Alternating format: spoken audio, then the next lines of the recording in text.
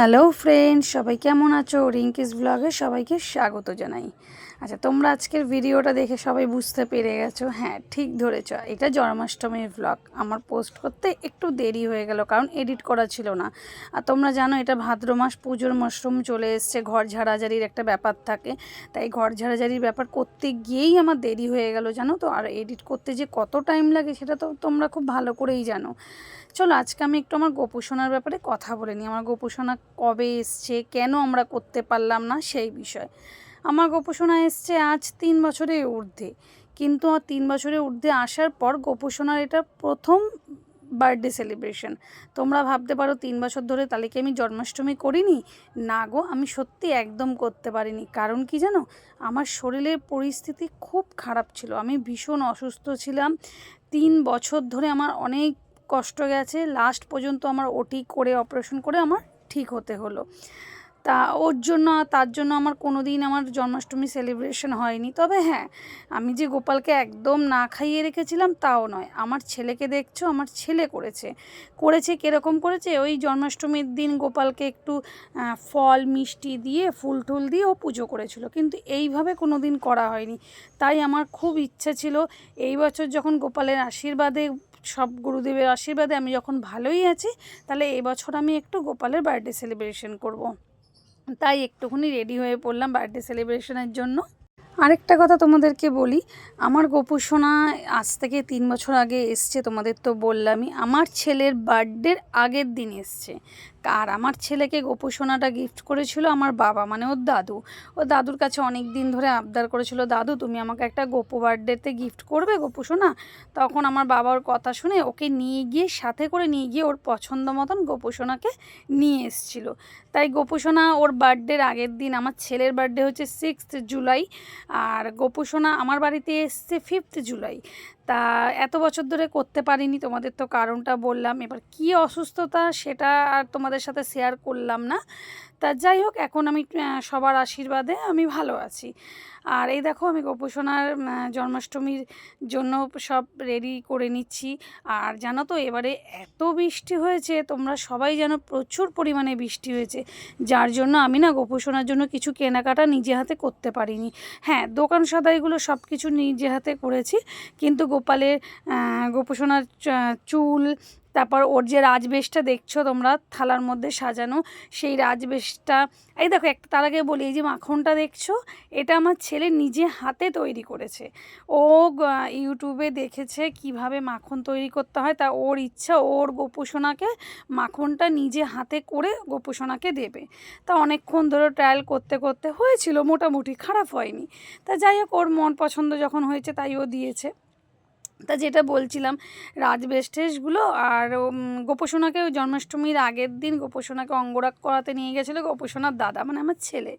আমার ছেলে ওকে নিয়ে গেছিলো অঙ্গরাগ করাতে। আর সেদিন কি খুব বৃষ্টি ছিল জানো তো, রাত্রি 10:30টার সময় ও একা একা অত জল ইয়ে করে, আরেকজন বন্ধু গেছিলো সাথে, দুজনকে নিয়ে এসেছিলো। আর এই দেখো, এই বাটিটার মধ্যে তাল ক্ষীর করেছিলাম গোপুসোনার জন্য। আর এই যে বাটিটা দেখছো না, এটা আমার একটা বান্ধবী, আমার বেস্ট ফ্রেন্ড, সে পুরী গেছিলো কয়েক মাস আগে, সে ওখান থেকে আমাকে এই বাটিটা এনে দিয়েছিল। তা আমি ওকে তখন বলেছিলাম, তুই যখন বাটিটা আমাকে হাতে ধরে এনে দিয়েছিস, এটা আমার জন্মাষ্টমী আসছে সামনে, তখন আমি আমার গোপুসোনাকে কিছু একটা ভোগ দেওয়ার চেষ্টা করব। তাই আজকে তাল ক্ষীরটা দিলাম। ওরও দেখে, আশা করি ব্লগটা যখন ও দেখবে ওরও খুব ভালো লাগবে। আর দেখো, আমি গুছিয়ে নিচ্ছি, ফুল টুল সব কিছু মোটামুটি সাজিয়ে নিচ্ছি। আর আমার ছেলে ওই যে ওখানে গোপুসোনাকে, ও শুনেছিল এরকম ঢাকা দিয়ে, শশা টশা দিয়ে, এরকম 1 টাকার কয়েন দিয়ে, এরকম 12টার আগে এরকম বসিয়ে রাখতে হয় গোপুসোনাকে। এটা আমার জানা ছিল না, সেটা আমার ছেলে করেছে। তা যাই হোক, ওকে বলেছে, ও ইউটিউব দেখেছে, তারপরে ওর কাকি ওকে বলেছে। আর দেখো, পুজো করতে বসার আগে আমি ওকে বলে দিলাম যে বাবু এইভাবে একটু কর। ওর ইচ্ছা যে ও একটু অভিষেকটা করবে গোপুসোনাকে। আমাকে বলেছে, মা আমি অভিষেকটা আর গোপুসোনাকে সাজিয়ে দেবো, তারপরে পুজোটা রীতিমতন তুমি করবে। তারপর আমি জানলাম ওর যখন ইচ্ছা ছিল তাই। আর দেখো ও সারাদিন উপোস করে যে ছিল তা না, আমি তোমাদের কাছে মিথ্যা কথা বলবো না, উপোস করে ছিল না। তবে হ্যাঁ, ও নিরামিষ আহার করেছিল, অন্ন খায়নি, ও ময়দার জিনিস খেয়েছিল। আর বলো সারাদিন কি ওকে উপোস করে রাখা সম্ভব? আমি সারাদিন উপোস ছিলাম। তা আমার যা ওকে বলছিল যে তুই তোর মাকে দে অভিষেক করতে, যেহেতু তোর মা উপোস করেছে, কিন্তু ও একদম কথা শোনেনি।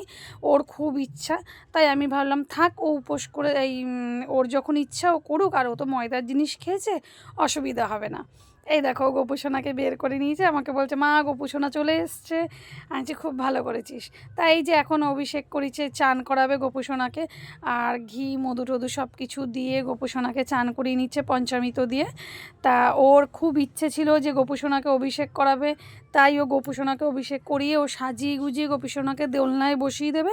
তারপর আমি গোপুসোনার পুজো করতে শুরু করে দেবো। আর এই যে গোপুসোনার এখানে ডেকোরেশন দেখছো, আলপনা দেখছো, গোপুসোনার বেলুন দিয়ে সাজানোটা আমার যা সাজিয়েছিল, মানে ওর কাকি।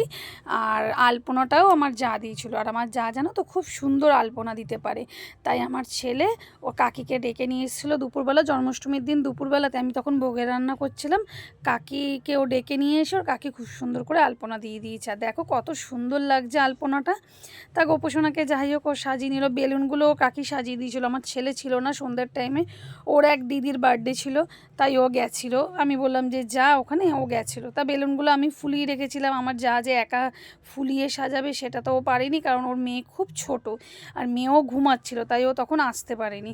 তারপরে আমি বেলুনটা ফুলিয়ে ওর মেয়েকে, আবার আমার ছেলে এলো, ওর মেয়েকে দেখলো ঘুমাচ্ছিল বলে, ও এক ফাঁকে এসে আমাকে বেলুন টেলুন দিয়ে ঘরটা সাজিয়ে দিয়ে গেছে। তারপরে দেখো এই যে আমি পুজো করতে বসে গেলাম, আমার ছেলে গোপুসোনাকে সাজিয়ে গুজিয়ে দোলনায় বসিয়ে দিয়েছে। আর দেখো এখানে তো দেখতেই পাচ্ছ আমি আগের দিনও উপোস করেছিলাম, না তো তালের বড়া, মালপোয়া, এগুলো সব আমি আগের দিন করে রেখেছিলাম। তবে হ্যাঁ, লুচি, ছোলার ডাল এগুলো আমি পরের দিন করেছি, সিমুই, সুজি এগুলো আমি পরের দিন করেছি। আগে আমি একসঙ্গে তো এত পারবো না, যেহেতু আমার একা হাতে, তাই আমি ওইগুলো আগের দিন করে রেখেছি। আর দেখো এখানে আমার পুজো শেষ হয়ে গেছে, গোপুসোনা কেক কেটে নিচ্ছে। গোপুসোনার কেক কাটা হয়ে গেল। গোপুসোনা কেক ঠেক কেটে এই যে আমার পুজো সব কমপ্লিট। এ দেখো সব সাজিয়ে গুছিয়ে নিয়েছি। আর এই যে কিছু চকলেট ফকলেট দিয়েছিলাম গোপুসোনাকে, পরের দিন নন্দোৎসব, তাই সকাল সকাল উঠতে হবে বলে আগের দিন, আর তাও পুজো করতে করতে রাত্রি 2:30 বেজে গেছিলো, তাই একটু লেট হয়ে গেল সেদিনকে। আর এই যে সব রকম সাজিয়ে গোপুসোনাকে এই যে দোলনায় একটুখানি রাত্রেবেলা দুলিয়ে দিয়েছিলাম, দুলিয়ে আমরা ঘরটাকে একটু বন্ধ করে দিয়েছিলাম। আর দেখো বাইরের রাত্রির 2:30 আমার ছেলে ছবিটা তুলেছে, ভিডিওটা। আর বাইরের ইয়েটা দেখো, শুধু সেদিনকে প্রচুর পরিমাণে বৃষ্টি হয়েছিল। ও বলল মা রাতের আকাশটা একটু রাস্তাঘাটগুলো তুলে নি। তা আমিও বললাম যে ঠিক আছে তুলে নে। সেই রাতের বেলা একটা কুকুর সেই সময় ছিল না, কিচ্ছু ছিল না রাস্তাটার মধ্যে। আর এই যে নন্দোৎসবে পরের দিন পুজো, নন্দোৎসব শুরু হয়ে গেল। সেদিনকে একটু ভোগ ঠোক দিয়ে দুপুর হয়ে গেছিলো পুজো করতে। নন্দোৎসব করতে করতে এই দেখো সব পুজো, নন্দোৎসবের পুজো কমপ্লিট হয়ে গেল।